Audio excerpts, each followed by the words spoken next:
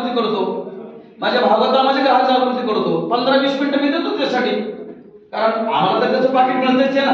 काही ठिकाणी कोणालाही सेवा करावं लागतो असं नाही, आणि बोलून जात नाही.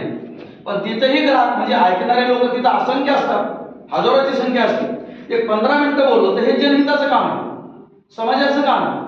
अनेक लोकांनी जगद्गुरु तुकोबाराय असतील, छत्रपती शिवाजी महाराज असतील, डॉक्टर आंबेडकर असतील, महात्मा ज्योतिराव फुले असतील, आणखी एक सामाजिक कामं करणारे होऊन गेले.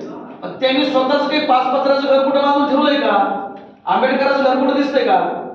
तुकाराम महाराजांचं घर कुठं दिसतंय का? हे तुमच्या हितासाठी अवतरणार आले आणि यांनी तुम्हाला जागर केलं.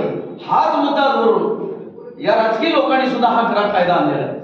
ग्राहक कायदा एवढा कडक आहे, त्याला असं समजू नका, ढिलं समजू नका, आणि उगीच कुणीतरी कर्मचारी अधिकाऱ्याला भेटी धरू नका. असे प्रश्न सुटत नाही.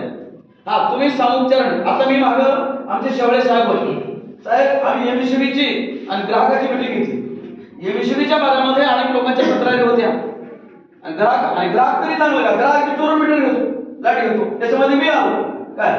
अरे तुम्ही चांगली सेवा द्या आणि चांगले पैसे घ्या, आमचं काही मत नाही ना. विनाकारण काही अधिकारी बी पैसे खातात, आकडे टाकायला लावतात, काही लोक बी चोरून घेतात, म्हणजे दोन्ही गुन्हेगार. इथं कार्यक्रमक्षम निर्मळ चालला पाहिजे, त्याचा कोणालाही त्रास, अधिकाऱ्याला त्रास होऊ नये आणि ग्राहकालाही त्रास होऊ नये, ही आमची जागृती. हे तुम्हाला आज प्रबोधन करतोय, लक्षात नाही. मग जागृती कशामध्ये? तुम्ही वस्तू घेतली, कुकर घेतलं, फ्रीज घेतलं, या बाजारामध्ये ज्या काही वस्तू आहे, किंवा सोनं घेतलं, किती 22 कॅरेट आहे, 16 कॅरेट आहे, किती कॅरेट आहे, आपण बघतो का? एक 10 रुपये कमी त्या दुकानदाराकडे घ्या तिथं, पण ती माती दिली तरी घ्या का? अरे 10 नाही 40 रुपये आगावला, पण आम्हाला किती, आता मी सोनारचा बाप आहे, पण मला किती कॅरेट ओरिजिनल हे मला कळत नाही. 22 कॅरेट ओरिजिनल म्हणतात, हो सर का? 16 कॅरेट ओरिजिनल म्हणतात, 22 कॅरेट तुम्हाला माहिती? 22 कॅरेट म्हणतात नाही का?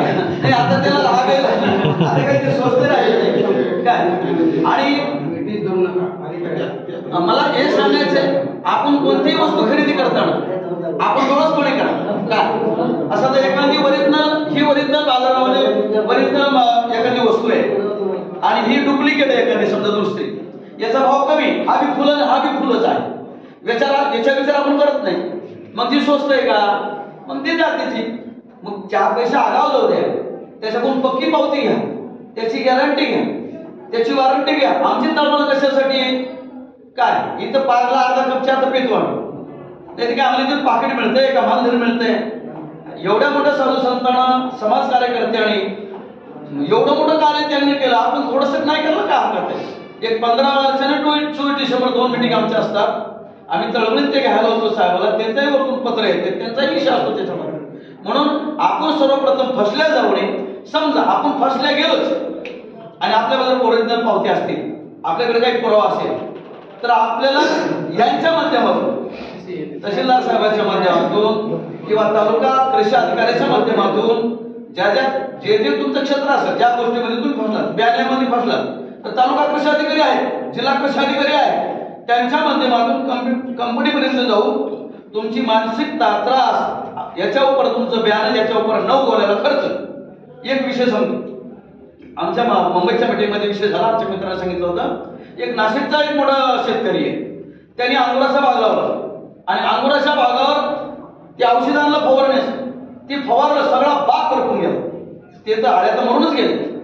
शेवटी त्याच्याकडे पक्की पावती होती, त्या शेतकी अधिकाऱ्याच्या माध्यमातून, त्या कृषी अधिकाऱ्याच्या माध्यमातून कंपनीपर्यंत त्याला जाता आलं, आणि कंपनीपर्यंत ह्या अधिकाऱ्यांनी ओढून धरल्यामुळं त्याला संपूर्ण मालाची, पुढे येणाऱ्या मालाची भरपाई त्याला मिळाली. हे बी होत आहे, पण आपण तिथं कमी पडतो, अनुभव एखादा विषय लावून धरतो, धरा लावून, त्याच्याबद्दल आम्हाला म्हणायचं नाही, पण सर्वप्रथम